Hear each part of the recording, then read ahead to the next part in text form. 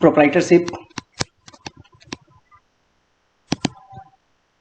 या partnership, any structure of the organization other than company. That means what I mean to say, it is a non company organization. ये company नहीं है और ये अपने आप को कन्वर्ट करना चाहती है कंपनी में। या ऐसा बात कर ले इसको, अगर और थोड़ा टेक्निकली और बेटर वे में बात करें तो सपोज करते हैं कि एक्स लिमिटेड एक कंपनी बनी, जिसको कंपनी जब कंपनीज एक्ट में जब बनती है तो उसको क्या बोलते हैं, उसको इनकॉर्पोरेट की जाती है ना। एक एक्स लिमिटेड एक कंपनी इनकॉर्पोरेट हुई, या एक्स प्राइवेट लिमिटेड कर लो या लिमिटेड कर लो, anyway. So it's a company that is incorporated. और ये क्या करना चाहती है, ये इस पार्टनरशिप या प्रोप्राइटरशिप जो भी नॉन कंपनी एंटिटी है इसको टेक ओवर करना चाहती है। तो मान लो अगर एक ऐसा सिचुएशन हो कि हमको ये कंपनी 1 अप्रैल को बनानी है 2022 से, और उसी दिन हम इस कंपनी को इस नॉन कंपनी को टेक ओवर कर लेंगे, तो there will be no requirement of pre and post incorporation. जिस दिन इनकॉर्पोरेट हुआ उसी दिन इस कंपनी को टेक ओवर कर लिया। There was no difference, there was no timing difference. आज इनकॉर्पोरेट हुई, आज ही हमने उस नॉन कंपनी को इनकॉर्पोरेट कर टेक ओवर कर लिया।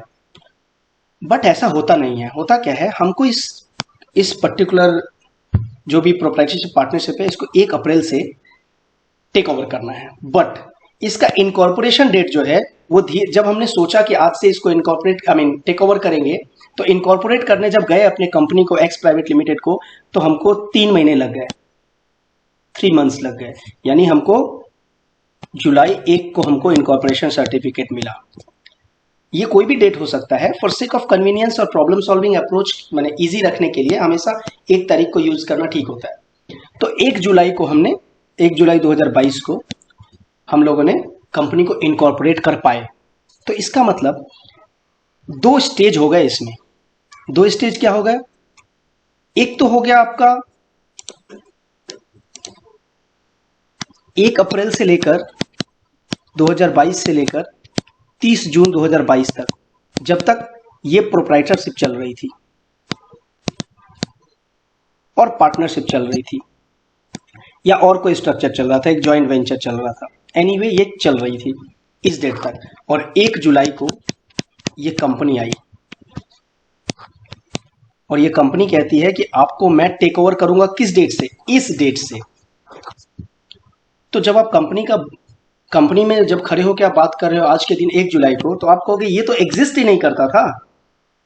तो जो प्रोप्राइटरशिप पार्टनरशिप ने इस दौरान प्रॉफिट कमाया, ये प्रॉफिट क्या हो गया, ये प्री इनकॉर्पोरेशन प्रॉफिट हो गया।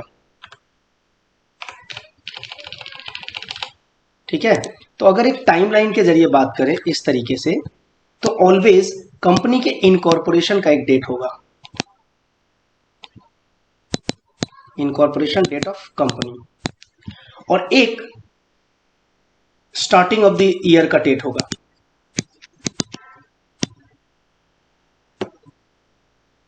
जिसको और बेटर टर्म में हम लोग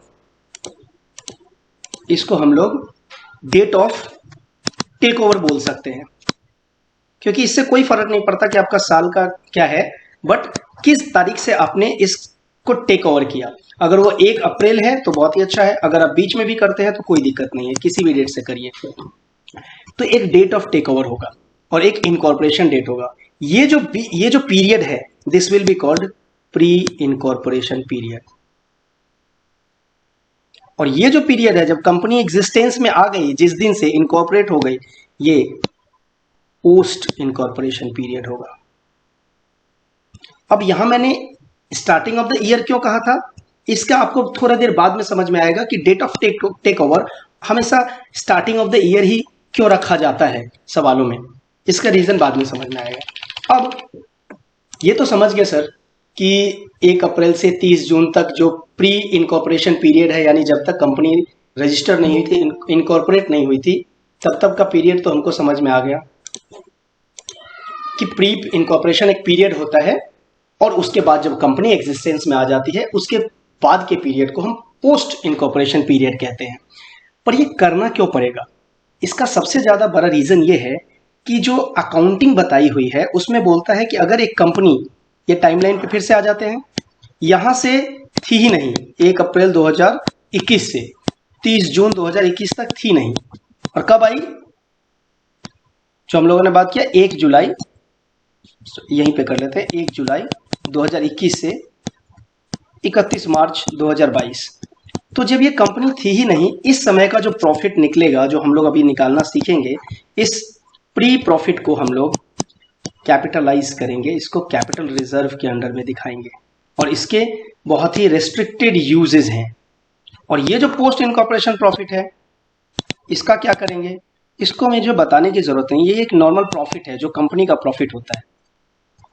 उसको क्या करते हैं हम लोग, पोस्ट इनकॉर्पोरेशन प्रॉफिट को या तो उसको अप्रोप्रिएट करते हैं, डिविडेंड देते हैं, जनरल रिजर्व में ट्रांसफर करते हैं, और नहीं तो फिर वो प्रॉफिट एंड लॉस एप्रोप्रिएशन का जो बैलेंस होता है वो कैरी ओवर होता है साल दर साल, जिसको आप रिजर्व एंड सरप्लस में दिखाते हैं रिटेन्ड अर्निंग या प्रॉफिट एंड लॉस का बैलेंस बोलकर। तो क्योंकि मैंने कहा आपको कि प्रॉफिट जो है प्री इनकॉर्पोरेशन प्रॉफिट, ये वाला प्रॉफिट, इस प्रॉफिट को हमको कैपिटल रिजर्व के अंडर में दिखाना है और इसकी रेस्ट्रिक्टेड यूज है, इसलिए ये प्री और पोस्ट इनकॉर्पोरेशन प्रॉफिट निकालने की जरूरत है। अब अगर कोई बहुत ही तेज होगा और वो सोच रहा होगा कि अगर ऐसा एक सिचुएशन हो कि हमारा 1 अप्रैल को रजिस्टर हो कंपनी और इसी दिन से टेक ओवर हो जाए, तो फिर क्या प्री और पोस्ट इनकॉर्पोरेशन की जरूरत पड़ेगी? बिल्कुल नहीं पड़ेगी, कोई पीरियड ही नहीं है। और या मान लें कि 30 जून को कंपनी इनकॉर्पोरेट हुआ और 30 जून से ही वो टेक ओवर करेगा, तभी भी कोई दिक्कत नहीं होता। लेकिन होता क्या है कि बुक्स जो है, बुक्स, अकाउंट बुक्स, वो 30 जून से शुरू नहीं होता। वो कब से शुरू होता है? 1 अप्रैल से। तो कोई बोलेगा क्यों ना 30 जून तक एक अलग बुक ही बना लिया जाए और 1 जुलाई से एक नया बुक शुरू कर दिया जाए। इसको करने में कोई प्रॉब्लम नहीं होगा। अगर ऐसा कोई कर पाएगा कि 30 जून को बुक्स क्लोज, बैलेंस शीट बन गई, खत्म, और नया बुक 1 जुलाई से शुरू करेगा, तो उसको कोई प्री पोस्ट का दिक्कत नहीं होगा, अपने आप ही बन जाएगा ऑटोमेटिकली। पर कभी भी बुक्स पीरियड को बीच में क्लोजिंग करने के लिए बहुत सारे ऐसे इंफॉर्मेशन की जरूरत होती है जो 31 मार्च को ही हो पाता है। जैसे स्टॉक लेना पड़ेगा 30 जून को जाके, सारा पूरा काम करना पड़ेगा बुक को क्लोज करने का, which is not a better way. इसके लिए इजियर वे है जो है प्री और पोस्ट इनकॉर्पोरेशन को अलग से कैलकुलेट कर लेना। तो इसका मतलब अगर हम इतना समझने के बाद कि एक प्री फेज होता है, एक पोस्ट फेज होता है, इनकॉर्पोरेशन डेट के पहले को प्री इनकॉर्पोरेशन फेज बोलते हैं, इसके बाद को पोस्ट इनकॉर्पोरेशन फेज बोलते हैं। और हमारा जो बुक्स होगा, बुक्स ऑफ अकाउंट, यानी कि हम उसको ट्रायल बैलेंस कह सकते हैं, जो ट्रायल बनेगा वो यहां से लेकर यहां तक बनेगा। तो इस डेट को आपको पूरा चीज पता चल जाएगा, इवन प्रॉफिट एंड लॉस भी पता चल जाएगा। इस प्रॉफिट लॉस को अगर हम एक रास्ता निकाल लें कि इन दोनों के बीच में कैसे बांटा जाए, तो इसे हम आसानी से कह सकते हैं, ये हम आसानी से कर सकते हैं through a method. Will come to that method. अगर ये मेथड हम सीख लें कि इस प्रॉफिट लॉस को जो पूरे साल भर का यहाँ पे निकल के आया है उसको कैसे बांटना है, तो हम 5-10 नंबर का चैप्टर सीख जाएंगे और इजी हो जाएगा उतना मार्क्स स्कोर करना।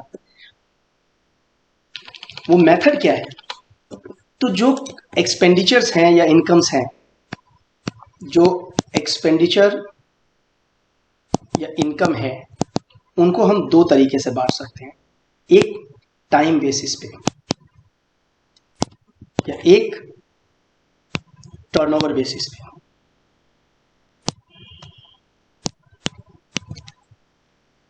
और अगर दोनों का मिला जुला एक्सपेंडिचर और इनकम है, यानी कुछ टाइम पे हो सकता है, कुछ टर्नओवर पे हो सकता है, तो इन दोनों के कॉम्बिनेशन से, आइदर दिस और दिस और दिस। तो जब टाइम और टर्नओवर दोनों का इंक्लूडेड होगा तो हम दोनों का कॉम्बिनेशन लेके कर लेंगे। तो एक ट्रांजैक्शन ऐसा भी हो सकता है, एक एक्सपेंडिचर ऐसा भी हो सकता है जो टोटली टाइम बेसिस पे बढ़ जाए, एक इनकम या एक्सपेंस ऐसा भी हो सकता है जो टर्नओवर के बेसिस पे बढ़ जाए, और एक ऐसा भी हो सकता है जो कॉम्बिनेशन में बढ़ जाए। तो हम लोगों को क्या क्या सीखना पड़ेगा? पहला चीज हमें समझना पड़ेगा कि जब भी कोई सवाल आएगा तो हमको उसको पहले तो समझना है कि प्री इनकॉर्पोरेशन फेज क्या है और पोस्ट इनकॉर्पोरेशन फेज क्या है, नंबर 1। सेकेंडली, हमको उनके सारे आइटम को यह समझना पड़ेगा कि उनका वो कौन सा आइटम है जो टाइम बेसिस पे बटेगा, वो कौन सा आइटम है जो टर्नओवर बेसिस पे बटेगा। तो ये करने के बाद हम प्री और पोस्ट प्रॉफिट को निकालेंगे। तो आते हैं हम लोग ये समझने के लिए पहले कि कैसे हम लोग प्री और पोस्ट इनकॉर्पोरेशन फेज में बांटेंगे चीजों को। स्टडी मैथ पे आते हैं, टाइम बेसिस इन सब के नीचे एक सवाल है कि कैसे पीरियड में बांटते हैं। तो ये क्वेश्चन है कि Y limited was incorporated on 1/7/2001 to take over the business of Z limited from 1/4/2001। The year ended on 31/3/2002। Calculate the pre incorporation period. तो अगर हम टाइमलाइन में इसको डालें तो हमारे पास एक पीरियड है 1/4/2001, यानी कि यहां पे 1/4/2001। एक पीरियड है 1/7/2001, यानी कि इनकॉर्पोरेशन का डेट। तो ये 1/7/2001 और एक पीरियड है ईयर एंड जो है 31 मार्च 2002। तो ये है 31 मार्च 2002। जैसा कि मैंने एक्सप्लेनेशन के टाइम में बताया था कि एक पीरियड होगा जिस डेट से टेक ओवर करेगा, और वो इज के लिए वो बिगिनिंग ऑफ द ईयर दिया हुआ है यहाँ, इज ऑफ अंडरस्टैंडिंग के लिए वो कोई भी डेट हो सकता है। तो टेक ओवर डेट है 1/4/2001, इनकॉर्पोरेशन डेट है 1/7।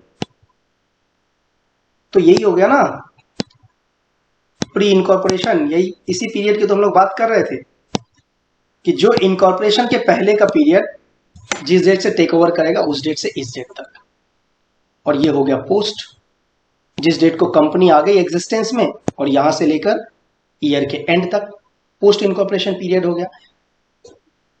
ये जिस साल कंपनी इनकॉर्पोरेट होगी उसी साल ये करना है। इसके बाद वाले सालों में तो आपको प्री पोस्ट करने की जरूरत नहीं है।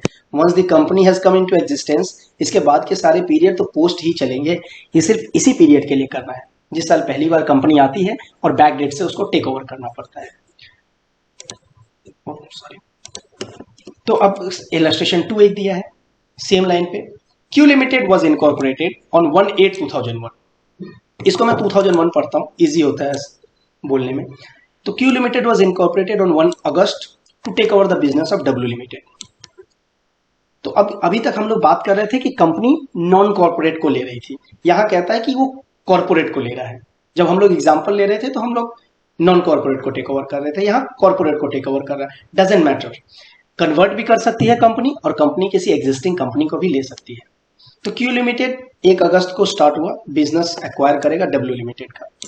कब से? 1 मई से। मैंने कहा था वहां इज के लिए 1/4 कहा था, यहां देखो बिजनेस कब से टेक ओवर कर रहा है 1/5 से। The year ended on 31 March 2002, which period should be taken as the pre-incorporation period and post-incorporation period? तो डजंट मैटर, 1/5 से टेक ओवर करेगा और 1 अगस्त को इनकॉर्पोरेट हुआ, तो मई से जुलाई तक प्री इनकॉर्पोरेशन पीरियड है 31 जुलाई तक, और 1 अगस्त से 31 2002 तक पोस्ट इनकॉर्पोरेशन पीरियड है। कहीं कोई कंफ्यूजन नहीं है। अब जब सवाल देगा तो कभी भी मई से स्टार्ट नहीं करेगा। मई से क्यों नहीं शुरू करेगा? क्योंकि अभी जो हम लोग बात कर रहे थे कि बुक्स तो 1/4 से ही शुरू होता है। अब उसको फिर क्या करना पड़ेगा, उसको ट्रायल बैलेंस एक ऐसा देना पड़ेगा जो मई से शुरू, तभी हो सकता है। इसलिए क्वेश्चन हमेशा जो है बिगिनिंग ऑफ द ईयर से ही पकड़ते हैं, इजी रहता है। बट अगर किसी दिन किसी एग्जाम में एक ट्रायल बैलेंस आपको 1/5 से दे दे, 1/5 से और 31 मार्च तक, तो पूरा का पूरा सिनेरियो चेंज हो जाएगा। इसलिए क्योंकि ट्रायल अब पूरे 12 महीने का नहीं है, सिर्फ 11 महीने का है। तो जो भी कैलकुलेशंस आप उसको सेग्रीगेट करने के लिए करेंगे एक्सपेंडिचर और इनकम्स को, फिर आपको 11 महीने के हिसाब से पूरा सोचना पड़ेगा। It will become very difficult for the students, क्योंकि वो तो पूरा 12 महीना दिमाग में सेट रहेगा। एंड जनरली ऐसा होता नहीं है, देता नहीं है सवाल कभी भी ट्रायल 11 महीने का देता नहीं। बट एक चीज कर सकता है, इस 1/4 की जगह 1 से 31/12 दे सकता है। तो वो जब आप सवाल पढ़ेंगे तो आपको देख के ही समझ में आ जाएगा कि ये जनवरी टू दिसंबर कैलेंडर के हिसाब से अकाउंटिंग पीरियड चल रहा है, अप्रैल से मार्च का नहीं चल रहा है। ये दो चीज से हम ये समझ गए, और ऑलरेडी हम लोग बहुत ज्यादा एक्सप्लेनेशन ये देख चुके हैं कि इनकॉर्पोरेशन डेट के पहले जब टेक ओवर करता है उस पीरियड को हम प्री इनकॉर्पोरेशन पीरियड कहते हैं, और उसके बाद के पीरियड को पोस्ट इनकॉर्पोरेशन पीरियड कहते हैं। हम लोग यहाँ ये समझने आए थे कि कैसे कैसे किसको बांटेंगे, बेसिस ऑफ अपोर्शनमेंट क्या होगा। तो क्वेश्चंस जब भी चालू होगा तो हमेशा हम लोगों को क्या बांटना है, प्रॉफिट को बांटना है, नेट प्रॉफिट को। तो ग्रॉस प्रॉफिट से शुरू करेंगे हम लोग। ग्रॉस प्रॉफिट से हम लोग शुरू करेंगे और यहां इसको हम लोगों को अपोर्शन करना होगा, यही से क्वेश्चन स्टार्ट होगा। आपको नेट प्रॉफिट तक पहुंचना होगा, क्योंकि ग्रॉस प्रॉफिट तक जितने आइटम हैं, परचेज, स्टॉक, इन सबको बांटने की इतनी जरूरत नहीं पड़ेगी। अगर क्वेश्चन में आपको परचेज, स्टॉक ये सब अलग से दिया है तो आप ग्रॉस प्रॉफिट खुद से निकाल लीजिए, जीपी खुद से निकाल लीजिए, फिर उसके बाद ही आगे बढ़िए। तो जीपी आपको कैलकुलेट करना पड़ेगा, और जीपी से हम लोग शुरू करेंगे कैसे, ग्रॉस प्रॉफिट या ग्रॉस लॉस जो भी रहेगा, इसको हम सबसे पहले मेथड यूज करेंगे, फर्स्ट प्रेफरेंस देंगे सेल्स रेशियो को, यानी कि टर्नओवर रेशियो को। और इसके बाद अगर मान लीजिए सवाल में सेल्स का रेशियो दिया ही नहीं है, तब हम कॉस्ट ऑफ गुड्स सोल्ड को यूज करेंगे। कॉस्ट ऑफ गुड्स सोल्ड का प्रोपोर्शन जो भी आएगा प्री और पोस्ट में वो निकाल लेंगे, और या दिया होगा या निकाल लेंगे, और उसके बेसिस पे हम अपोर्शन करेंगे। अगर कॉस्ट ऑफ गुड्स सोल्ड भी नहीं दिया है तब हम यूज करेंगे टाइम बेसिस को, कि प्री पीरियड कितना था और पोस्ट पीरियड कितना है, कितने मंथ प्री पीरियड था, कितने मंथ पोस्ट पीरियड है, और उसका रेशियो निकाल देंगे। फॉर एग्जाम्पल अगर 4 महीने प्री इनकॉर्पोरेशन था और 8 महीने पोस्ट इनकॉर्पोरेशन था, तो 4:8 यानी 1:2 हो गया रेशियो। विल कम एंड सी।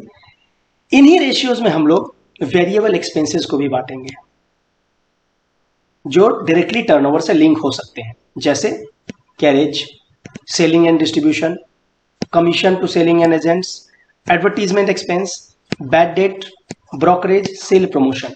अब ये एक लिस्ट है एग्जांपल्स है, जरूरी नहीं है कि यहां सारे एक्सपेंसेस आपको पता चल गए या सारे इनकम आपको पता चल गए। इस तरह के जितने इनकम होंगे आपको ध्यान लगाना है और हमेशा सोचना है कि क्या ये सेल्स से रिलेटेड इनकम या एक्सपेंस है। अगर हाँ, तो उसको सेल्स रेशियो में पहले बांटने की कोशिश करेंगे। अगर ये सेल्स से रिलेटेड नहीं होंगे तो जनरली वो फिक्स्ड कॉमन एक्सपेंसेस होते हैं जो सेल्स से नहीं रिलेटेड होते हैं। वेरिएबल जनरली सेल्स से ही रिलेटेड होते हैं। अगर फिक्स्ड कॉमन एक्सपेंसेस है जैसे कि सैलरीज, तो ये सेल्स से रिलेटेड तो होता नहीं, ये तो मंथली मिलता है, जिसका जो फिक्स चार्जेज होता है हमेशा हर मंथ पे करना है। एक प्री अराइव्ड सम होता है जो हर मंथ आपको देना है। ऑफिस और एडमिनिस्ट्रेशन के expenses, rent, rates and taxes, printing and stationery, telephone, telegram, postage, depreciation, miscellaneous expenses, ये सारे आप जैसे ही बोलते हो वैसे ही आप समझते हो कि इनका सेल्स से कोई डायरेक्ट रिलेशन नहीं है, कि सेल्स बढ़ेगा घटेगा तो इसको कुछ फर्क नहीं पड़ेगा।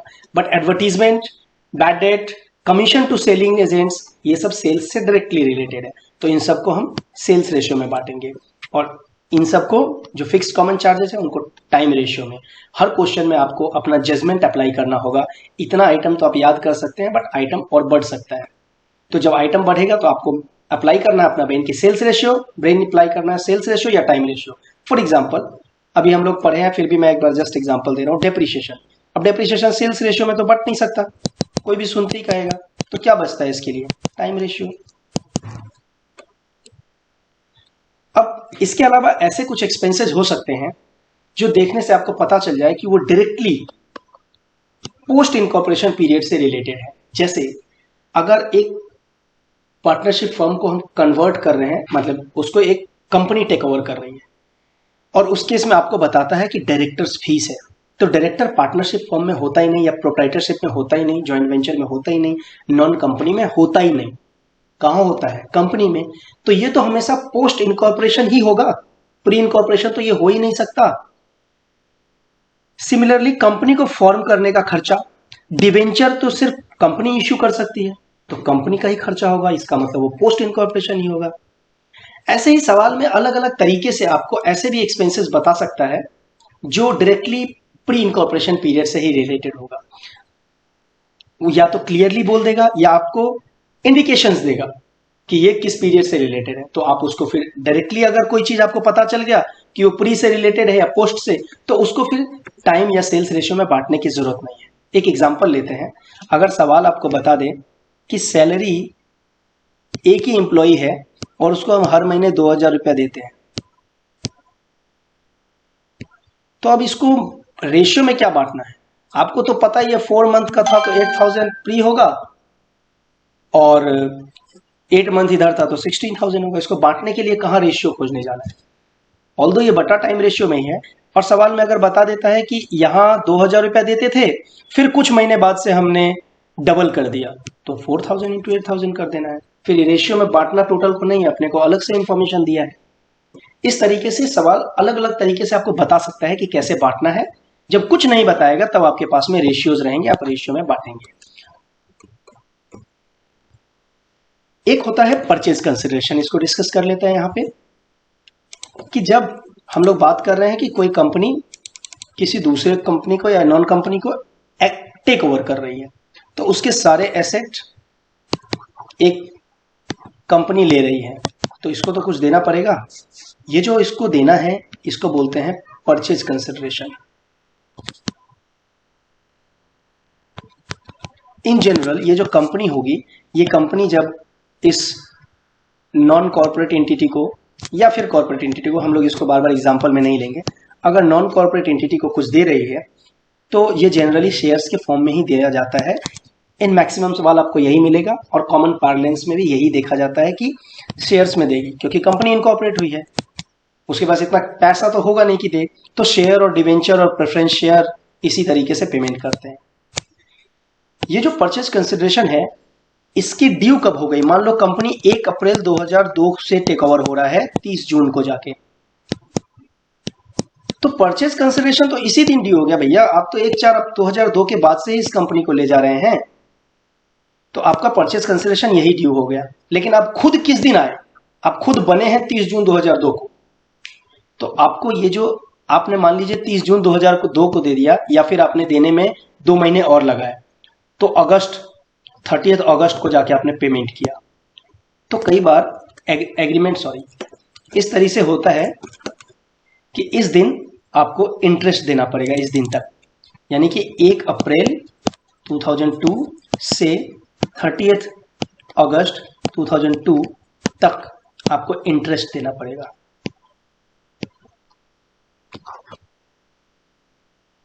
ये इंटरेस्ट जो है आप इसको भी प्री और पोस्ट में बांटना पड़ेगा, क्योंकि 1 अप्रैल 2002 से 30 जून 2002 तक प्री इनकॉर्पोरेशन था, और इसके बाद 1 जुलाई टू 30 अगस्त यानी 2 महीना पोस्ट था, तो इसको भी बांटना पड़ेगा। तो ये परचेज कंसिडरेशन का कंसेप्ट है। हमने ऑलरेडी आपको बताया कि प्री इनकॉर्पोरेशन प्रॉफिट जो होता है वो कैपिटल रिजर्व में ट्रांसफर होता है, कैपिटलाइज होता है, और उसके जो यूज है वो रेस्ट्रिक्टेड है। उससे गुडविल जब आता है एक्विजिशन के टाइम में उसको राइट ऑफ कर सकते हैं, प्रीलिमिनरी एक्सपेंस को राइट ऑफ कर सकते हैं, ओवर वैल्यूड एसेट को राइट डाउन कर सकते हैं, बोनस शेयर इशू कर सकते हैं, या फिर पार्टली पेड अप शेयर को फुल्ली पेड अप शेयर में कन्वर्ट कर सकते हैं। बेसिकली इसका कैपिटल यूजेज है, कैपिटल यूजेज। अगर लॉस होता है, तो अगर मान लीजिए आपने पैसा दिया 100 रुपया और आपको सामान मिला 80 रुपए का, तो 20 रुपया लॉस है, उसको तो डेबिट करना होगा। तो ये 20 रुपया जो डेबिट होगा इसको हम गुडविल बोलते हैं। जब आप लोग मर्जर्स एंड एक्विजिशंस के सवाल बनाएंगे एडवांस अकाउंटिंग में और फाइनल्स में, तो आपको ये कैलकुलेशन सीखने को मिलेगा कि कैसे गुडविल अराइज होता है और कैसे कैपिटल रिजर्व अराइज होता है in case of acquisitions of by the company. अगर लॉस आएगा गुडविल, तो उसको भी हम लोग यूज कर सकते हैं पोस्ट इनकॉर्पोरेशन प्रॉफिट्स के साथ में एडजस्ट करने में। अगर कभी पोस्ट इनकॉर्पोरेशन प्रॉफिट होगा कंपनी के पास, तो गुडविल में ऐड हो जाएगा। गुडविल बना है तो गुडविल ही बनेगा वो, और कैपिटल प्रॉफिट अगर कुछ है इधर तो इसके साथ सेट ऑफ हो सकता है। बेसिकली कैपिटली एडजस्ट होगा, पीएल से एडजस्ट नहीं होगा किसी भी तरीके से। तो अब हम लोग जो आगे का डिस्कशन है कि कैसे टाइम बेसिस में बांटते हैं और कैसे सवाल बनाते हैं, हम लोग एक क्वेश्चन से ही चलते हैं। Let us go with the first easy question से चलते हैं। पहला 2 नंबर क्वेश्चंस के साथ चलते हैं।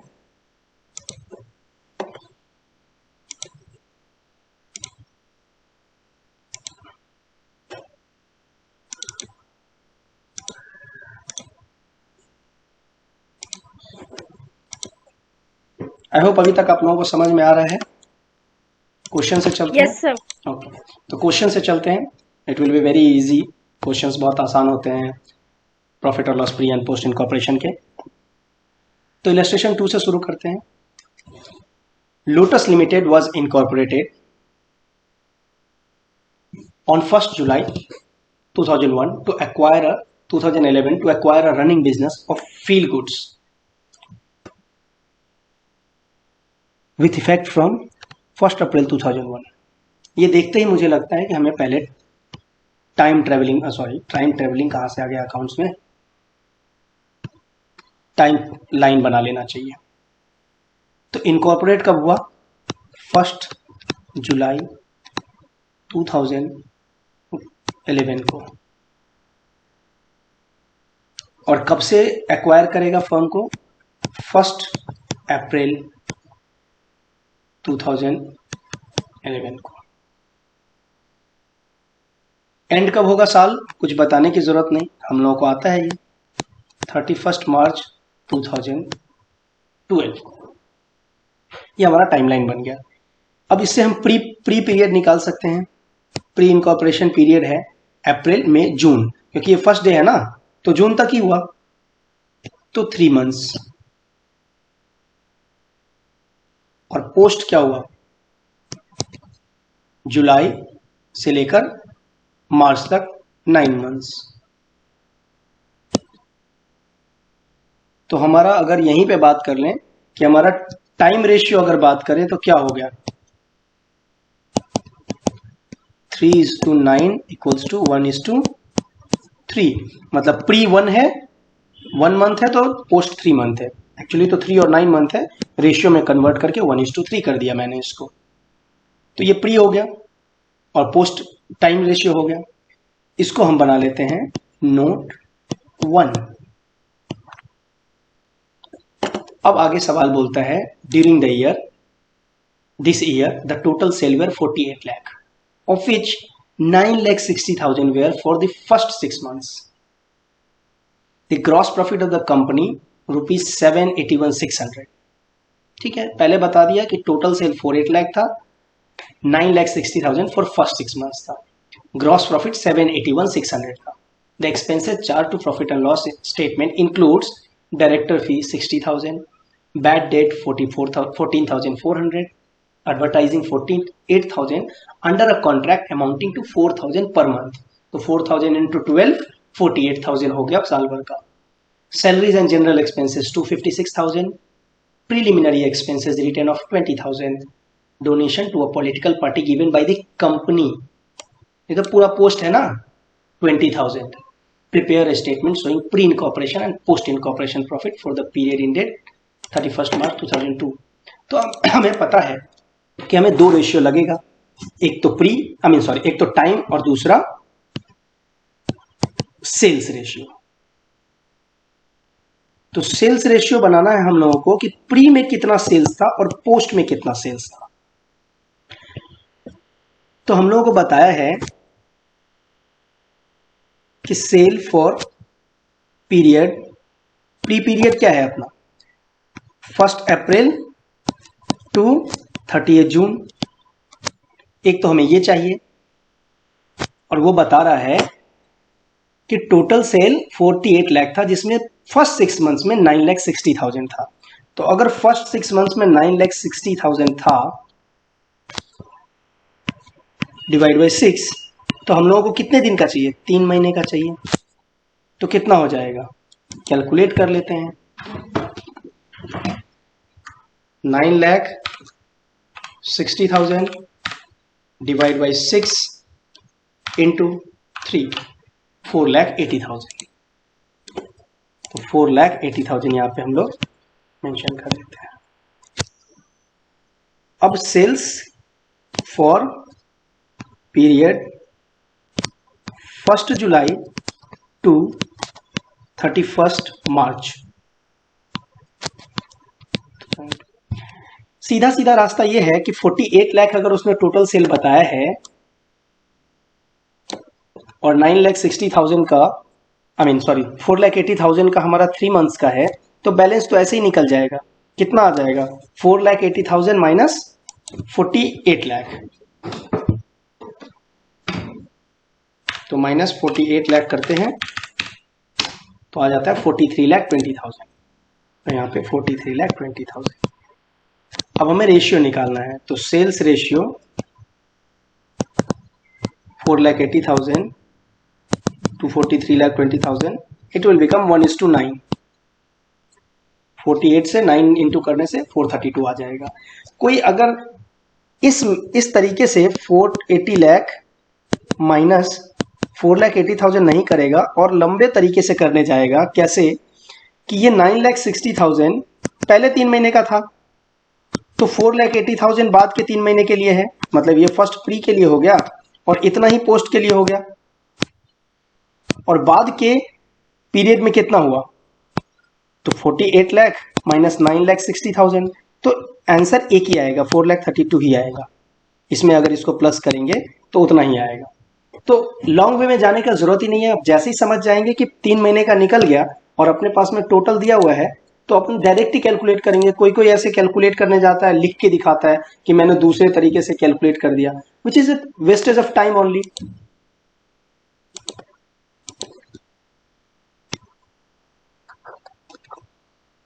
सर लेकिन क्वेश्चन में तो लिखा है कि 9,60,000 सेल्स जो है वो खाली फर्स्ट 6 मंथ्स के लिए है। यस, तो हमने वही किया ना, हमने वैसे ही तो कैलकुलेट किया कि फर्स्ट 6 मंथ्स का अगर 9,60,000 है, अगर फर्स्ट 6 मंथ्स का 9,60,000 है, तो 3 मंथ्स ही तो चाहिए अपने को। अपने निकाले ना, ये तो अपना प्री इनकॉर्पोरेशन पीरियड है, तो प्री इनकॉर्पोरेशन 3 मंथ्स है। तो समझ में आ गया आप जो किए। मेरा क्वेश्चन ये है कि क्वेश्चन आप जैसे कि 9,60,000 को सेल्स जो था वो आप पूरा ईयर में बांटते हैं, लेकिन क्वेश्चन में तो लिखा है कि 9,60,000 मैंने ईयर में नहीं बांटा है, मैंने 6 से डिवाइड किया, यानी कि इसको मैंने 6 मंथ्स का ही सेल पकड़ा है और इसे मैंने 3 मंथ्स के लिए निकाला, यानी कि प्री इनकॉर्पोरेशन पीरियड में कितना होगा ये निकाला, क्योंकि मेरा प्री इनकॉर्पोरेशन पीरियड 3 महीना है, 3 मंथ्स है। आप यहाँ पे सोचो कि ये सेल यहां तक का दिया है, ये 3 मंथ्स है और ये 3 मंथ्स है, इनका सेल दिया है 9,60,000, ये 6 मंथ्स का हो गया। इसको 3 मंथ्स का करना है तो क्या करना पड़ेगा, डिवाइड बाई 6 इंटू 3। तो मैंने तो यही निकाला, 6 महीने का ही निकाला 4,80,000। अब मुझे पता करना है कि इस पीरियड के बाद ये जो यहाँ 3 मंथ खत्म हो रहा है उसके बाद कितना है। मुझे ये बता दिया कि पूरे साल का आपका 48 लाख है, और मैंने ये निकाल लिया इसमें से कि 4,80,000 इज फॉर फर्स्ट 3 मंथ्स। तो बैलेंस कितने मंथ का बचेगा, 4,32,000, सॉरी 43,20,000। ये कितने दिन का बचेगा, ये 9 मंथ का बचेगा, क्योंकि फर्स्ट 3 मंथ मैंने निकाल लिया है। हर क्वेश्चन में हर एडजस्टमेंट का हमको एक ही चीज करना है, हमको उसको प्री और पोस्ट में बांटना है। तो जब भी वो डाटा दे, चाहे 6 मंथ का या 9 मंथ का, हमारा एक ही पर्पज होना चाहिए कि हम उसमें से प्री और पोस्ट को कैसे अलग कर लें। यहाँ हमें पता चल गया कि फर्स्ट 3 मंथ का कितना है, तो बाद बाकी पूरा पोस्ट पीरियड है तो हमने बांट लिया। ठीक है, अब आगे बढ़ते हैं। हमारा 2 रेशियो निकल गया, प्री भी निकल गया और आई मीन सॉरी सेल्स भी निकल गया और टाइम रेशियो भी निकल गया।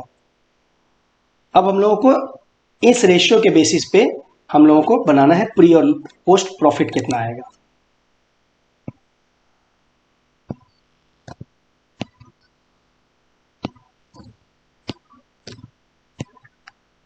एक तो अपने को पर्टिकुलर्स चाहिए, यहाँ आपको लिखना है company name, calculation of pre and post profit और लॉस लिखना है, और यहाँ पे हम लोगों को पहले लेना है टोटल अमाउंट, फिर हमको बताना है रेशियो, फिर बताना है प्री और पोस्ट। आप जब भी यहाँ पे लिखेंगे आप हर बार इसको प्री इनकॉर्पोरेशन लिखेंगे, इसको पोस्ट इनकॉर्पोरेशन लिखेंगे, यहाँ भी आप pre incorporation, post incorporation, profit और लॉस लिखेंगे। पूरा पूरा लिखना है। हम जब सॉल्व करते हैं हम लोग शॉर्ट में सॉल्व कर देते हैं, बट एग्जाम के हिसाब से या जब भी आप नोट्स में प्रैक्टिस करेंगे तो आप पूरा ही लिखने का कोशिश कीजिएगा। अगर आप घर पे छोटा छोटा लिखेंगे तो एग्जाम में भी वो मसल मेमोरी के कारण आप छोटा ही लिखेंगे वहाँ पे। तो लेट्स स्टार्ट। हमने बताया था कि सबसे पहले हम लोग ग्रॉस प्रॉफिट से स्टार्ट करेंगे। इस सवाल में हमको ग्रॉस प्रॉफिट दिया हुआ है क्या? पहले ही बताया the gross profit of the company 781,600। इसको हम लोगों को बांटना पड़ेगा क्योंकि ये तो टोटल है 781,600। और ग्रॉस प्रॉफिट किस रेशियो में बढ़ता है? हमने पढ़ा है कि पहले हम सेल्स रेशियो फर्स्ट प्रेफरेंस देंगे, उसके बाद हम अगर नहीं मिलेगा तो कॉस्ट ऑफ गुड्स सोल्ड का रेशियो देखेंगे, वो भी नहीं मिलेगा तब थर्ड को टाइम बेसिस पे बांट देंगे। तो सबसे पहले हमारे पास सेल्स रेशियो अवेलेबल है 1:9। तो डिवाइडेड बाय 10 करने से इसको डिवाइड करेंगे तो 78160 आ जाएगा। और बैलेंस कितना बचेगा कैलकुलेट करें तो 781,600 डिवाइड बाय 10 इंटू 9, यह आएगा 703,440। 703,440। अब इसके बाद ग्रॉस प्रॉफिट से क्या होगा? पहला आइटम है डायरेक्टर फीस, जो कि माइनस होगा नेट प्रॉफिट निकालने के लिए सिंपली। तो डायरेक्टर्स फीस, डायरेक्टर फी को किस रेशियो में बांटेंगे? डायरेक्टर फी में जाएगा sir. Yes, total amount is 60,000 और इसको बांटने की जरूरत नहीं है क्योंकि ये पूरा कंपनी का खर्चा है और ये पोस्ट इनकॉर्पोरेशन फी आएगा। फिर बैड डेट एक एक्सपेंस है, ये सेल्स से रिलेटेड होता है, हमने अभी भी पढ़ा भी था और ये हमें पता भी है कि बैड डेट जो है डेटर के ऊपर होता है और वो सेल्स से रिलेटेड हो सकता है। तो 14,400 को हमको सेल्स रेशियो में बांटना है, जो कि अगेन 1:9 है। इंस्टीड ऑफ 1:9 लिखने की जगह आप ऊपर में अगर हेडिंग में लिखेंगे बेसिस ऑफ अप्रोप्रिएशन तो आप जगह जगह पे सेल्स रेशियो, टाइम रेशियो भी लिख सकते हैं। ठीक है, तो ये इसको बांट रहे हैं हम लोग 14,400 को दो पार्ट में। तो ये आ जाएगा 1440 1/10 और बैलेंस बचेगा 12,960। अब आगे आते हैं एडवर्टाइजिंग। एडवर्टाइजिंग के लिए क्या बता रहा है? 4,000 पर मंथ है, तो या टाइम रेशियो बोलिए या वो ऑटोमेटिकली ही टाइम रेशियो हो जा रहा है 48,000 और टाइम रेशियो हमारा क्या था 1:3। तो 4 से डिवाइड करें तो 12,000 आ जाएगा, या 4,000 इंटू 3 भी करेंगे क्योंकि मंथली यहाँ पे दिया हुआ है ना 4,000। तो 4,000 इंटू 3 करेंगे तभी भी 12,000 आ जाएगा। और बैलेंस कितना बचा 36,000। हमें क्या निकालना है? हम लोग क्या निकालने जा रहे हैं? हम लोग नेट प्रॉफिट निकालने जा रहे हैं। उसके बाद आगे है salary and general expenses, time basis पे बांटना है। सैलरी एंड जनरल एक्सपेंस है कितना 2,56,000। कौन सा बेसिस 1:3। 1:3 से डिवाइड करेंगे तो कितना आएगा 4 से डिवाइड करेंगे तो ये आएगा 64,000 और ये 1,92,000। इसके बाद प्रीलिमिनरी एक्सपेंसेस। प्रीलिमिनरी एक्सपेंस क्या होता है? जब ये कंपनी का खर्चा होता है जो स्टार्टिंग में कंपनी खर्चा करती है पोस्ट में, तो ये पूरा का पूरा जो है पोस्ट में चला जाएगा 20,000। फिर donation to political party. Donation to political party कितना है? ये है 20,000 अगेन। और ये कौन किस रेशियो में बटेगा? किसी रेशियो में नहीं, क्योंकि सवाल में लिखा है यस सवाल में लिखा है कंपनी में लिखा है। Very good. तो ये 20,000 कंपनी में चला जाएगा। आई होप मैंने हेडिंग जो है प्री और पोस्ट ही दिया है। यस, प्री और पोस्ट दिया है। तो ये हमारा एकदम सही जा रहा है और सारा चीज लेस करेंगे तो ये वाला आ जाएगा टोटल विच विल कम 363,200। ये आएगा 720 और ये आएगा 3,62,480। अगर जस्ट बताने के लिए सवाल में पूछा नहीं, अपना सवाल यहाँ खत्म हो जाता है। सवाल में नेट प्रॉफिट जो है दोनों आ गए हैं। इसकी ट्रीटमेंट क्या होगी? ये कैपिटल रिजर्व में जाएगा, ऐड हो जाएगा, एडिशन। और ये क्या होगा ये प्रॉफिट एंड लॉस का इस साल का कंपनी का बैलेंस होगा प्रॉफिट एंड लॉस में। तो दो पोर्शन होंगे, एक पोर्शन जो है वो कैपिटल रिजर्व में जाएगा और ये नॉर्मल प्रॉफिट की तरह रिटेन्ड अर्निंग में जाएगा प्रॉफिट एंड लॉस के बैलेंस में। अब एक थोड़ा अच्छा सवाल करते हैं। अब मैं यहाँ पे आप लोग एक चीज बता दूं कि अब इससे ज्यादा सवाल में वैरायटी क्या हो सकता है। ये जो नीचे इंफॉर्मेशन दिए थे ना, कहाँ गया ये जो इंफॉर्मेशन थे, ये इंफॉर्मेशन मैथमेटिकली और वाइटल किए जा सकते हैं, कैलकुलेशंस को और क्लमजी किया जा सकता है, कैलकुलेशन में ट्रिक डाले जा सकते हैं, उन ट्रिक्स के बेसिस पे आपको इसको कैलकुलेट करना पड़ सकता है। बट इसके अलावा इस सवाल में एक ही चीज ऐड किया जा सकता है कि ये जो मैंने नीचे ट्रीटमेंट बताया, ये ट्रीटमेंट आप शो करके दिखाइए सवाल में ये। और यह बोल सकता है कि जो भी आप इसमें जितने आइटम आपको समझ में आ रहे हैं बैलेंस शीट से रिलेटेड, उतने आइटम को आप बैलेंस शीट में दिखाइए। ये एक चीज हो सकता है एक सवाल में कि एक बैलेंस शीट बनाइए। कौन सा बैलेंस शीट? कंपनीज एक्ट वाला बैलेंस शीट का फॉर्मेट बनाइए, क्योंकि अब तो आप कंपनी हो गई ये, तो एकदम एंड में जाके आप कंपनीज वाला बैलेंस शीट बनाइए और इन आइटम का भी ट्रीटमेंट उसमें दिखाइए। ये ज्यादा से ज्यादा एडिशन हो सकता है इस क्वेश्चन में। The moment this addition is made और एग्जाम में आता है तो it will minimum be 10 marks question. अगर सिर्फ ऊपर वाला क्वेश्चन आता है, छोटा आता है, तो वो 5 मार्क्स का हो सकता है, बड़ा आता है तो 8 मार्क्स का हो सकता है।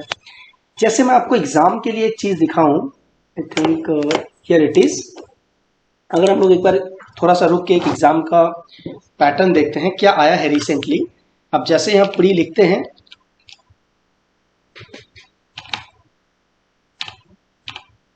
तो यहाँ पे देखिए ये जुलाई 2021 का पेपर है और यहाँ क्या पूछा है, S limited was incorporated on 30 November. Business take over करना है प्रोप्राइटरशिप फर्म मिसेस एस का, मिस्टर एस का प्रोप्राइटरशिप फर्म को टेक ओवर करना है और उसके प्रॉफिट में ये सब आइटम है, director fee, preliminary expense, salary, statutory audit fees, tax audit, commission, sales, advertising, rent, bad debt. और क्या कह रहा है, अमाउंट कहीं नहीं है, सिर्फ पूछ रहा है कि बेसिस बताइए। तो बेसिस बताने के कितने मार्क्स मिलेंगे आपको? 5 मार्क्स। बहुत ही आसान है ये 5 मार्क्स, तो ऐसे तुरंत कैप्चर कर लेना चाहिए इस 5 मार्क्स को एग्जाम में। जो इंपॉर्टेंट आइटम्स है मैं सिर्फ वही बता रहा हूँ। ये जो है tax audit fees 44AB under income tax act, statutory audit fees ये वाला, ये सब से, एडवर्टाइजमेंट सेल्स से, रेंट टाइम से, बैड डेट सेल्स से, ये लिखने से आपको 5 मार्क्स इजीली मिल जाता है। एक और क्वेश्चन आया हुआ है, हम लोग उसको भी सर्च कर लेते हैं।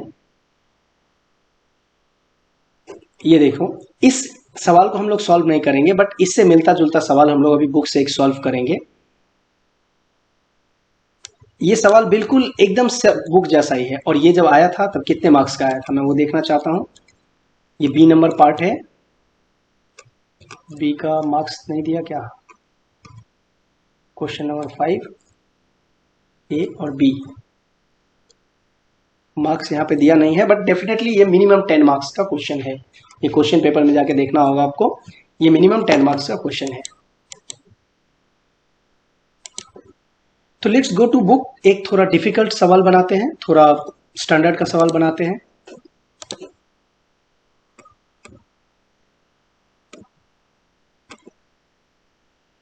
थ्री आप होमवर्क में करो, 4 एक बनाते हैं।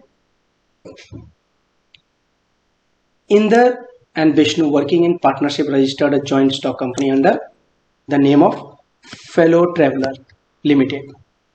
जो भी है 31 मई 2011 को ये डिसाइड हुआ to take over their existing business. It was agreed that they would take over the asset of the partnership firm from January 2001। कब डिसाइड हुआ? रजिस्टर हुआ 31 मई को, और कब से डिसाइड हुआ टेक ओवर करने का? 1 जनवरी 2011 से। For a sum of 3 lakh and that until the amount was discharged they would pay an interest on the amount 6% per annum का इंटरेस्ट देना है। 3 लाख कब ड्यू हो गया? इस डेट को, जनवरी 2001 को। और कितना इंटरेस्ट है? 6% per annum. The amount was paid on June 30, 2001। तो कितने दिन का इंटरेस्ट लगेगा? 1 जनवरी से 30 जनवरी तक। To discharge the purchase consideration, the company issued 20,000 equity share of 10 each at a premium of 1 each and allotted 7% debenture of face value of 1,50,000 to vendors at par.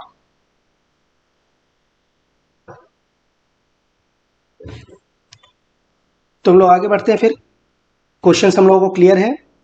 हम लोग पहले टाइमलाइन बना लें अपना, उसके बाद में हम लोग एक्सपेंसेस पे जाएंगे। सबसे पहले हम लोग अपना टाइमलाइन समझ लेते हैं। 3 नंबर हम लोग सॉल्व करने जा रहे हैं। टाइमलाइन अगर बनाते हैं तो फर्स्ट क्या आता है, वो कह रहा है कि 1 जनवरी इज द फर्स्ट डेट, जिस डेट से टेक ओवर होगा। और इनकॉर्पोरेशन डेट क्या है, 31 मई 2000। तो ये सवाल देखकर ही हमको समझ में आ रहा है कि एंड डेट क्या होगा। नीचे लिखा भी है 31 दिसंबर। और हमने पहले ही कहा था कि सवाल देखते ही आपको समझ में आ जाना चाहिए ये कैलेंडर ईयर है या नहीं। तो हम लोगों के पास में टाइम स्टार्ट हो गया। टाइम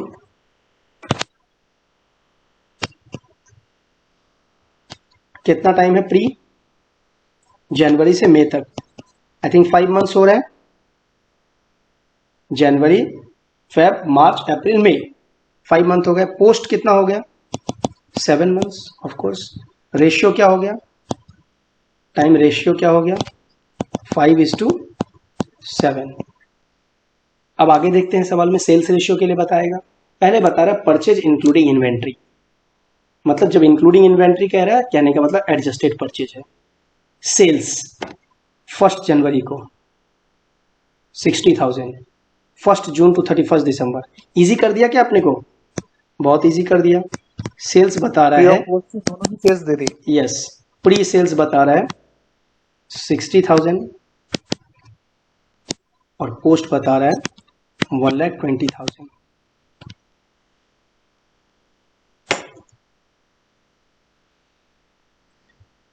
तो ये हो गया रेशियो कितना, 1:2। तो दोनों रेशियो हमारे निकल गए। अब हमारे पास क्लोजिंग इन्वेंट्री इन हैंड है। अपने को आगे बढ़ते हैं एक्सपेंसेस, फ्रेट एंड कैरेज। हम लोग को सबसे पहले क्या करना है, हम लोग को एक जीपी निकालना है। तो हम लोग यहाँ आके नोट्स बनाते हैं। अगला ग्रॉस प्रॉफिट निकालते हैं। 3 नंबर ग्रॉस प्रॉफिट। तो हमारा सेल्स है 60,000, सॉरी 1,80,000 प्लस हम 1,80,000 माइनस परचेज, एडजस्टेड परचेज है हमारे पास 1,40,000। कितना आ गया, 40,000 प्लस क्लोजिंग इन्वेंट्री कितना है, क्लोजिंग स्टॉक 25,000। तो जब ये परचेज कह रहा है कि एडजस्टेड है, इसका मतलब क्या एडजस्टेड है उसमें, ओपनिंग स्टॉक, ठीक है, इसीलिए क्लोजिंग अलग से बताया है। और इसमें से माइनस करना है अपने को। नीचे एक्सपेंसेस में फ्रेट कैरेज है, सैलरी वेजेज है, डिवेंचर है, डेप्रिसिएशन है, इंटरेस्ट ऑन परचेज है, सेलिंग कमीशन है, डायरेक्टर फी है, प्रीलिमिनरी है और प्रोविजन फॉर टैक्सेस है। तो सिर्फ क्या है जो ट्रेडिंग अकाउंट से रिलेटेड है, फ्रेट एंड कैरेज। तो इस फ्रेट एंड कैरेज को माइनस कर देते हैं 5,000। तो सेल्स में ये ऐड होगा और ये माइनस होगा तो कितना बन जाएगा 2060। तो हमारा ग्रॉस प्रॉफिट आ गया 60,000। अब हम लोग क्वेश्चन स्टार्ट कर सकते हैं। हमारा जो मेन सॉल्यूशन का पार्ट है,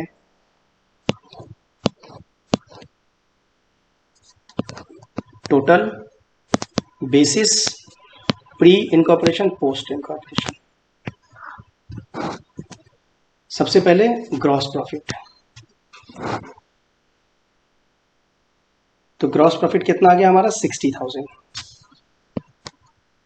और इसको किस रेशियो में बांटना है हमको, हमारा सेल्स रेशियो क्या आया था 1:2। तो या तो सेल्स लिख दें या 1:2 लिख दें। सेल्स लिख दें, 3 से डिवाइड करेंगे तो 20 आएगा और 2 से मल्टीप्लाई करेंगे तो 40 आएगा, यानी 1:2 में हमने बांट दिया। इसके बाद इसमें से लेस करना है। पहला ये एक्सपेंडिचर क्या है, फ्रेट एंड कैरेज, जो कि ट्रेडिंग अकाउंट से रिलेटेड है, ऑलरेडी हमने माइनस कर लिया। तो सैलरीज एंड वेजेस से माइनस करना शुरू करते हैं। सैलरी एंड वेज कितना है टोटल? 10,000, सॉरी,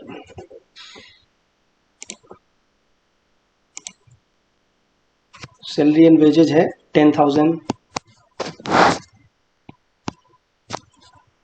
किस रेशियो में बटेगा? टाइम में। टाइम का रेशियो क्या है? 5:7। तो 5:7 में बांट दें, कितना बटेगा? 10,000 डिवाइडेड बाई 12 इंटू 5, तो 4167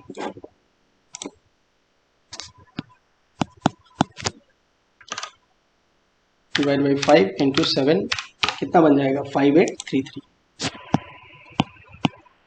राउंड कर लिया हमने। फिर इसके बाद क्या आइटम है? डिप्रिशिएशन, नहीं, डिवेंचर इंटरेस्ट। तो नीचे डिवेंचर इंटरेस्ट, डिवेंचर इंटरेस्ट है 5250। डिवेंचर कौन इशू करता है? कंपनी, तो पूरा कंपनी में चला गया। इसके बाद क्या बचा? डेप्रिशिएशन। डेप्रिशिएशन को कैसे बांटना है? टाइम में। तो इसका अमाउंट कितना है डिवेंचर इंटरेस्ट का? 5250 और डेप्रिशिएशन है 1000। 1000 को बांटना है। 10,000 को बांटे थे तो 40167 आया था ना, तो ये 417 आ जाएगा, 416.7, और ये 583 आ जाएगा। Then interest on purchase consideration, interest on purchase consideration. Interest on purchase consideration की हमने कैसे कैलकुलेशन की है? की ही नहीं है, कर लेते हैं इसकी कैलकुलेशन। इंटरेस्ट ऑन पीसी कब से कब तक ड्यू है? फर्स्ट जनवरी से। कब पेमेंट किया है? 30 जून। कितने महीने हो गए? जनवरी से लेकर जून तक, जैन फेब मार्च अप्रैल में जून, यानी कि 6 months.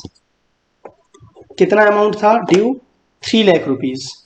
Amount of PC 3 lakh.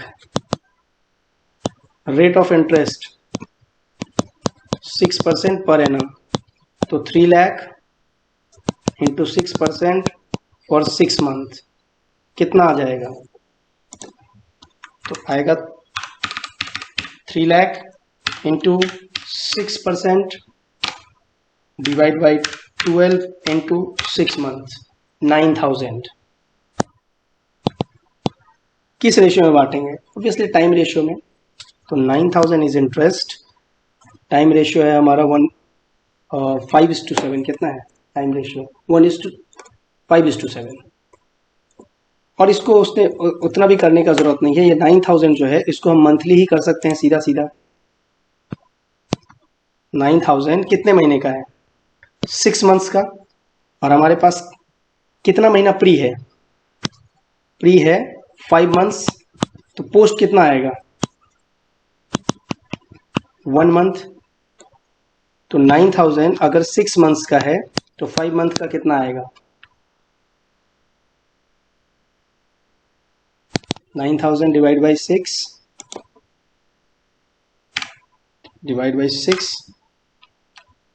Into 5, 7,500। और 1 मंथ का कितना आएगा पोस्ट का? 1,500। 9,000 को माइनस करेंगे तो ये आएगा एक 5:1। ये टाइम बेसिस है, बट ये जो हमने ऊपर कैलकुलेट किया वो जनरल टाइम बेसिस इसमें नहीं चलेगा, क्योंकि वो 5 और 7 12 महीने को बाद डिवाइड किया हुआ है, और ये सिर्फ 6 महीने के लिए ही ड्यू है। तो ये आया था 7,500 और ये आया था 1,500। इसके बाद क्या आइटम है? Selling commission. हमारा रेशियो क्या है? सेल्स रेशियो 1:2 है, 1:2 है। और सेलिंग कमीशन है कितना? 9,000। तो 1:2 में बांटेंगे तो 3 और 6। इसके बाद क्या है? डायरेक्टर फी। सीधा सीधा सेकेंड पार्ट में चला जाएगा। कितना है डायरेक्टर फी? 600, सीधा सीधा 600। इसके बाद क्या है? प्रीलिमिनरी एक्सपेंस, ये भी सीधा सीधा बाहर चला जाएगा ना, 900। फिर प्रोविजन फॉर टैक्सेस, सवाल में लिख दिया entirely with related to the company. नहीं होता तो किस पे बांटते? सेल्स बेसिस पे, PFT, directly related to company है तो। अच्छा, वहां पे जो सेल्स, ये ठीक ही है इंस्टीट्यूट का कहना, जो जो इनकम टैक्स है वो इनकम पे डिपेंड करता है, और हमने इनकम, सारे इनकम को किस पे बांटने की बात की है? सेल्स पे, इसलिए टैक्स भी सेल्स बेसिस पे ही बटेगा। यहाँ क्योंकि कंपनी से ही रिलेटेड है, इसलिए कंपनी में पूरा का पूरा डाल दिया। तो ये टोटल आ गया। अच्छा, यहाँ पे 600 लिखना छूट गया, यहाँ पे 900 लिखना छूट गया, और 6000 यहाँ पे लिखना छूट गया। तो ये आ जाएगा 13,333, ये 4917, दोनों का टोटल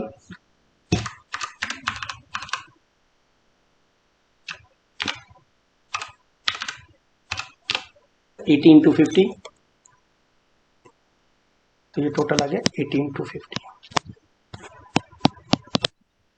ये हो गया है सवाल। तो इसमें हमने मेनली क्या सीखा? परचेस कंसिडरेशन का इंटरेस्ट कैलकुलेट करना और उसको बांटना।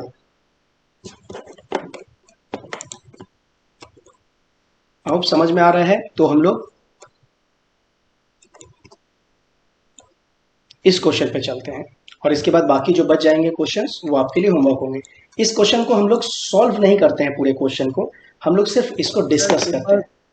हाँ बोलो सर, एक बार जो लास्ट क्वेश्चन जो था उसके एक बार बैलेंस शीट बस मतलब बता। अच्छा, राइट, ओके। सो यहाँ पे थे हम लोग इस क्वेश्चन में बोला गया है कि also show how the figures would appear in the balance sheet of the company, जो मैंने थोड़ी देर पहले डिस्कस किया था। तो अपने पास में सवाल में क्या क्या है? शेयर कैपिटल है, एब्स्ट्रैक्ट बोलेंगे इसको, है ना। ये पूरा बैलेंस शीट तो बन नहीं सकता, पूरा इंफॉर्मेशन तो है नहीं अपने पास। तो कंपनी नेम,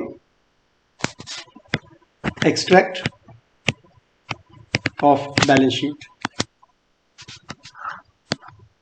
जैसा कि हम लोगों ने शेड्यूल 3 का फॉर्मेट कल के क्लास के बाद पूरा पढ़ लिया है और याद कर लिया है सर, इसीलिए हम लोगों को कोई दिक्कत नहीं होगा ये समझने में कि पहले हमारा आइटम आता है इक्विटी एंड लायबिलिटीज, और इसके अंदर पहला आइटम आता है share holders fund. Share holder fund के अंदर share capital, equity share capital नहीं, share capital and then reserve and surplus.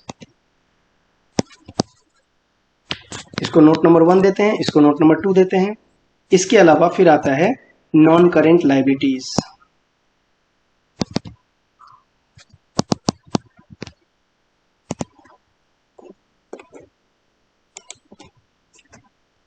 Non current liabilities के अंदर क्या आएगा? Long term borrowing. इसको हम लोग नोट नंबर 3 दे देते हैं। मुझे कैसे पता? क्योंकि आपको पता है ऊपर सवाल में यहाँ पे इक्विटी शेयर इशू किया है, इसलिए शेयर कैपिटल आएगा। क्योंकि हमने प्री इनकॉर्पोरेशन प्रॉफिट निकाला है जो कैपिटल रिजर्व में जाएगा, और post incorporation profit retained earning में जाएगा, इसलिए रिजर्व एंड सरप्लस की जरूरत पड़ेगी। डिबेंचर भी इशू किया है 7%, इसलिए लॉन्ग टर्म बोरोइंग की जरूरत पड़ेगी। और प्रोविजन फॉर टैक्सेस है, इसीलिए करेंट लायबिलिटीज में, करंट लायबिलिटीज के अंदर शॉर्ट टर्म प्रोविजन की जरूरत पड़ेगी। इसको हम नोट नंबर 4 दे देंगे।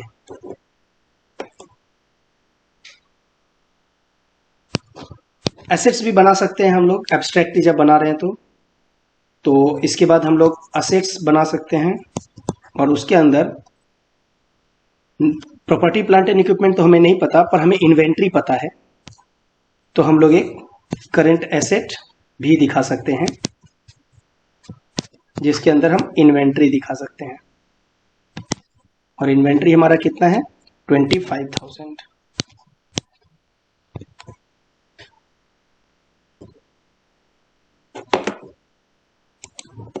अब शेयर कैपिटल का नोट बनाते हैं। तो यहाँ पे हम लोगों के पास में पहला नोट आएगा नोट्स टू अकाउंट, और फर्स्ट होगा शेयर कैपिटल, क्योंकि पहले नंबर शेयर कैपिटल को हमने दिया है। उसके अंदर आएगा ऑथराइज, तो हमें पता नहीं है तो हम नहीं दिखा पाएंगे। कितना शेयर इशू किया है 20,000 shares of 10 each at a premium of ₹1 each. तो 20,000 इक्विटी शेयर्स 10 रुपीज करके ऑफ ₹10, तो कितना आ जाएगा 2 lakh rupees. Secondly reserve and surplus, इसके अंदर सबसे पहला आइटम आएगा, भूल न जाए इसीलिए, सिक्योरिटीज प्रीमियम। अगर तुरंत नहीं लिख लेंगे तो हम भूल जाएंगे। कितना सिक्योरिटी प्रीमियम आएगा बता रहा है 20,000 इक्विटी शेयर है 10 करके ईच, जिसपे ₹1 प्रीमियम लिया है, यानी 20,000 इंटू 1, 20,000 शेयर्स पे ₹1 करके लिया है, तो ये 20,000 प्रीमियम आ गया। इसके अलावा क्या आएगा रिजर्व एंड सरप्लस में, कैपिटल रिजर्व हेडिंग डाल देते हैं, और उसके नीचे प्रॉफिट या ब्रैकेट में प्रॉफिट प्रायर टू इनकॉर्पोरेशन, और वो आ जाएगा कितना, हम लोगों का आया था 4917, ये आया था 4917 यहाँ। इसके अलावा आएगा प्रॉफिट और लॉस पोस्ट इनकॉर्पोरेशन, यानी हम इसको कह सकते हैं प्रॉफिट एंड लॉस अकाउंट, जिसका नाम होगा 1333, या इसको हम रिटेन्ड अर्निंग भी बोल सकते हैं।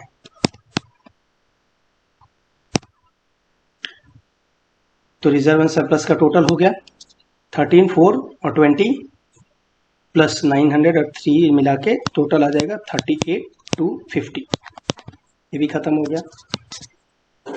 फिर हमने ऊपर नोट दिया है लॉन्ग टर्म बोरोइंग को,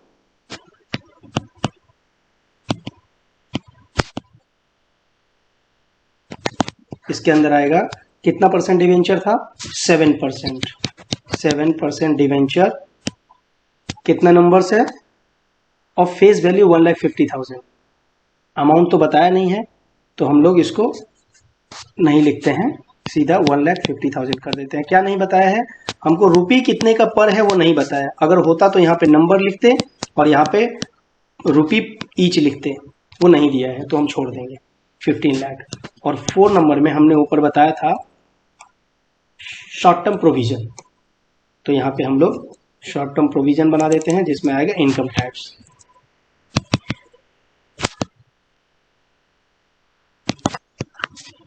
provision PFT, provision for income tax, वो कितना है 6,000। और इसके अलावा नंबर 5 तो हमने दिया नहीं, वो तो एसेट तो डायरेक्टली था, तो ये भी कंप्लीट हो गया। अब इन सबको हम ऊपर ले जाते हैं। 2 लाख का शेयर कैपिटल है, रिजर्व एंड सरप्लस 38,250 है, लॉन्ग टर्म बोरोइंग 1,50,000 है, और 6,000 है शॉर्ट टर्म प्रोविजन, और इन्वेंट्री हमने पहले ही डाल दिया है। ये बैलेंस शीट मैच नहीं हो सकता, इसको मैच नहीं कराने के लिए बोला है, इसलिए खाली क्या बोला है वहां पे सवाल में, बोला है सिर्फ दिखाइए कि ये सब फिगर कैसे अपीयर होंगे। तो आप टोटलिंग नहीं करेंगे तभी भी चलेगा, अगर कोई टोटल कर भी देता है तो there is no problem, but totalling करने की जरूरत नहीं है, कुछ टैली तो होगा नहीं, तो ऐसे ही ठीक है। ठीक है, अब हम लोग एक सवाल को जस्ट डिस्कस करते हैं ताकि आप लोग जब सॉल्व करेंगे तो आपको उसके एडजस्टमेंट समझने में दिक्कत ना हो। कौन सा इलस्ट्रेशन हम लोग बात कर रहे थे, 6 number I think 6।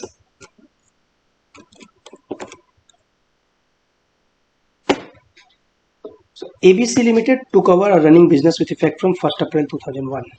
The company was incorporated on 1st August 2001. तो हमारा टाइमलाइन तैयार है, 1 अप्रैल 2001 से टेक ओवर होगा 2011 से, और कब तक इनकॉर्पोरेशन का डेट क्या है 1 अगस्त 2011। तो प्री इनकॉर्पोरेशन डेट कितने हो गए? 1 अप्रैल से अगस्त तक, अप्रैल मई जून जुलाई, क्योंकि अगस्त है इसीलिए 30 जुलाई तक ही मानेंगे। तो अप्रैल मई जून जुलाई 4 मंथ्स प्री हो गए। और 31 मार्च 2012 तक कितने हो गए? अगस्त सितंबर अक्टूबर नवंबर दिसंबर जनवरी फेब मार्च, यानी कि ऑब्वियसली 4 मंथ है तो 8 मंथ। क्लोजिंग डेट का डाटा क्या है? Gross profit simply sales basis पे बांट देना है। Expenses salaries, stationery, travelling expense, advertisement, miscellaneous, electricity charges, director fee, bad debt, commission to selling agent, tax audit fee, debenture interest, interest paid to vendor, selling expense, depreciation on fixed asset, net profit. अब नीचे adjustment दिया है, फिर हम लोग वहां discuss करते हैं। सेल्स फॉर द ईयर 19,20,000 था, जो कि 30 सितंबर तक इवेनली आया, arose evenly. Thereafter they recorded an increase of 2/3 during the rest of the year. So कैसे बनाए? तो यहाँ इसको ऐसे बनाते हैं कि 1 अप्रैल, मई, जून, जुलाई, अगस्त, सितंबर, ये हो गए फर्स्ट 6 मंथ्स। इसके बाद जो है रेस्ट ऑफ द ईयर, यानी कि अक्टूबर, नवंबर, दिसंबर, जैन, फेब, मार्च। कह रहा है कि पहले एकदम इवन था, तो हम मान लेते हैं कि 1 1 1 1 1 1 इतना था, 1 2 3 4 5 6। तो पहले 30 सितंबर तक कितना था? 6 था यहाँ तक। इसके बाद बता रहा है कि 2/3 से बढ़ गया, तो 2/3 से क्या बढ़ गया? 6 प्लस 6 का 2/3, तो इक्वल्स टू 6 प्लस 4 10 हो गया। तो फर्स्ट 6 मंथ्स में 6 था और बाद में 10 हो गया। अपने को 6 और 10 नहीं चाहिए, अपना टाइम पीरियड क्या था? पहला 4 मंथ था, तो 4 मंथ में 4 ही रहेगा, क्योंकि 1 2 3 4, ठीक है। बाद में कितना हो गया? 10 प्लस 2,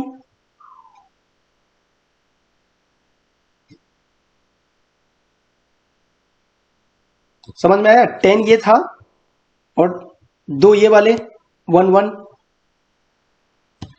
तो ऊपर 4 और ये 12, 1:3 हो गया।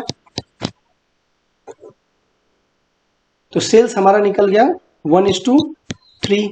कैसे निकला?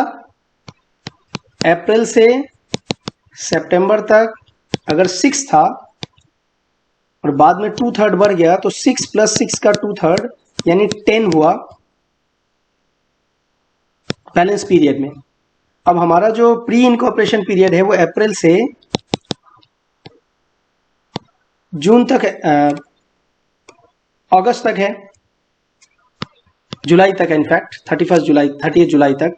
तो हमारे पास 4 ही महीने हैं, तो इसमें से 4 हमारा प्री इनकॉर्पोरेशन है, 2 क्या है? Post incorporation. तो ये हो गया 12, 4:12 का रेशियो आ गया।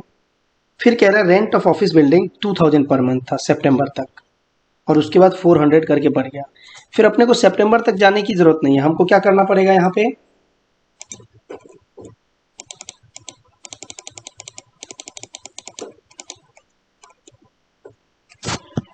अप्रैल टू जुलाई 2000 इंटू 4, तो हमारा 8000 हो गया। फिर अगस्त और सितंबर 4000 2000 करके, लेकिन अक्टूबर से मार्च तक 400 करके बढ़ गया, 400 करके बढ़ गया।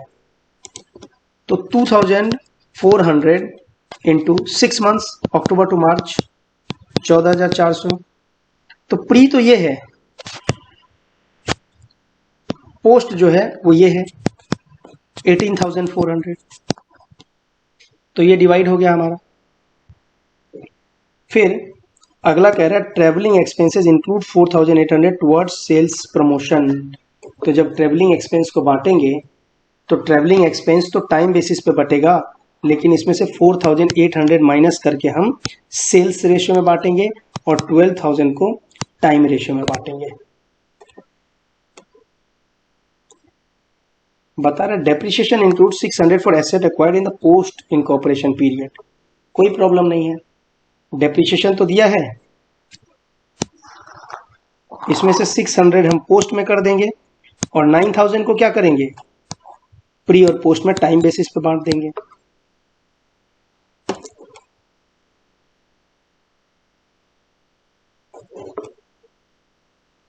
Purchase consideration was discharge by the company on 30th सितंबर। कब से ड्यू था, 1 अप्रैल से।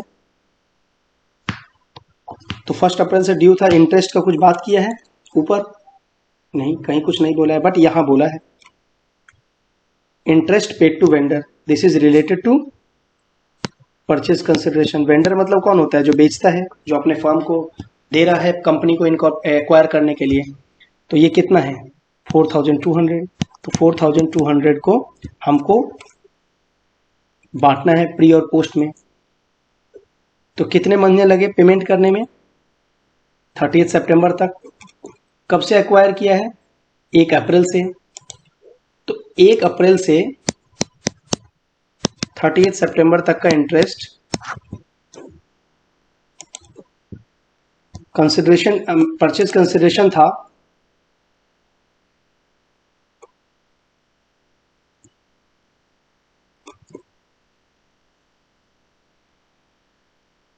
खैर जरूरत ही नहीं है, माय मिस्टेक। इंटरेस्ट तो डायरेक्टली दिया हुआ है 4200। तो 4200 इंटरेस्ट था कितने मंथ्स का, 6 मंथ्स का। और हमारा प्री इनकॉर्पोरेशन पीरियड कितना है, अप्रैल मई जून जुलाई, 4 मंथ्स। तो 2800। और पोस्ट यानी कि अगस्त एंड सितंबर 1400। तो इंटरेस्ट तो दिया हुआ ही था, तो सीधा सीधा 6 से डिवाइड करके 4 से मल्टीप्लाई करें, 4 महीने का प्री हो गया और 2 महीने का पोस्ट हो गया, टोटल 4200 है। अब ये क्वेश्चन आप लोग सॉल्व कर सकते हैं। इस क्वेश्चन को आप सॉल्व करिए। तो यहाँ पे हम लोगों का ये चैप्टर ओवर होता है। अब बाकी क्वेश्चंस बनाइए और फिर मुझे बताइए अगर कहीं कुछ दिक्कत है तो।